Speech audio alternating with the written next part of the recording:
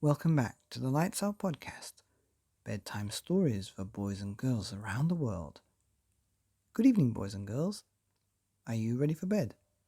Are you all snuggled up and ready for another Lights Out bedtime story?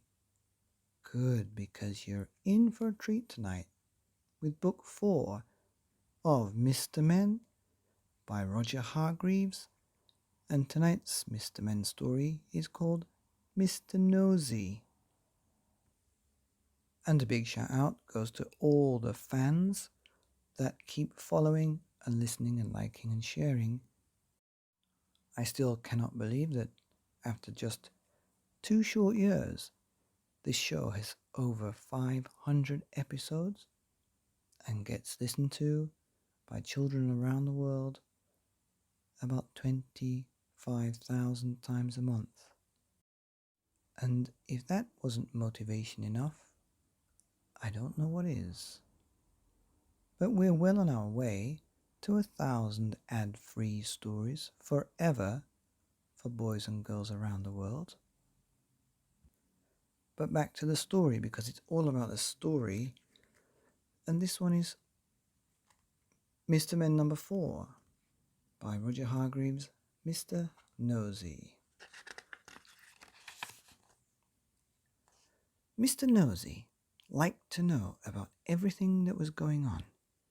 He was always poking his nose into other people's business. Mr. Nosey was the sort of person who, if they came upon a locked door, couldn't resist looking through the keyhole to see why the door had been locked. Mr. Nosey was the sort of person who, if he found an unopened letter addressed to somebody else, would simply have to open it to find out what was inside. Mr. Nosey was the sort of person who, if he was sitting reading his paper on a train, would much rather read the paper of the person sitting next to him.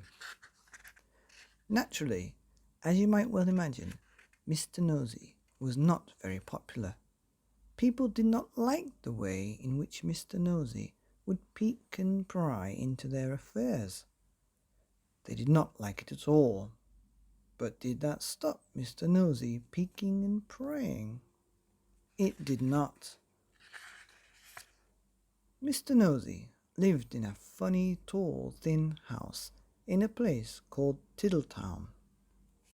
The people of Tiddletown decided that Mr. Nosey was becoming much too nosy, and so they held a meeting to discuss what to do about him.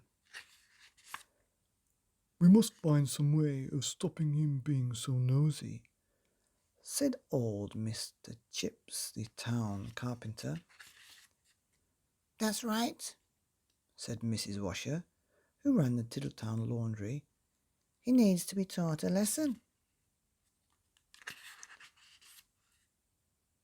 "If we could only think of a way to stop him poking his nose into everything," said Mr. Bush, the painter. And then a small smile spread over his face. "Listen," he said, now grinning. "I have a plan." All his friends gathered round to listen to his plan. The following morning, Mr. Nosey was out walking along Tiddletown High Street when he heard somebody whistling behind one of the closed doors. "I wonder what's going on here," he thought to himself, and tiptoeing up to the door quietly, opened it and peeped in. Splash! Went a very wet paintbrush right on the end of Mr. Nosey's nose, covering it with bright red paint. "Oh dear, I am sorry," said Mr. Brush, who was painting the inside of the door. Poor Mr. Nosey had to go straight home to try and remove the red paint, which was very difficult and rather painful. Mr. Brush chuckled to himself. The plan had begun. The following day, Mr. Nosey was walking past the laundry when he heard somebody laughing on the other side of the wall. I wonder what's going on here, he thought to himself, and, standing on tiptoe, he looked over the wall. Snap! Went a clothes peg right on the end of Mr. Nosey's nose. Oh dear, I am sorry, said Mrs. Washer, who was hanging up clothes on the washing line on the other side of the wall. Poor Mr. Nosey. He removed the clothes peg and went off down the street, feeling extremely sorry for himself and for his poor red nose. Mrs. Washer chuckled to herself. The plan was working. The next day, Mr. Nosey was going past the fence when he heard hammering. I wonder what's going on here, he thought to himself, and, creeping very quietly to the end of the fence, he peeped around. Bang! Went a hammer right on the end of Mr. Nosey's nose. Oh dear, I am sorry, said old Mr. Chips, who was nailing up a loose plank in the fence. Poor Mr. Nosey had to go home immediately and bandage his poor red sore nose. Mr. Chips grinned, a broad grin. The plan was working very well indeed. The following day, Mr. Nosey was walking in the woods when he heard somebody sawing wood. I wonder what's going on here, he thought to himself, and he crept up behind a tree. He was just about to peer out from behind the tree when it suddenly occurred to him that if he did, something very nasty might happen to his nose. And so he went on his way without being nosy.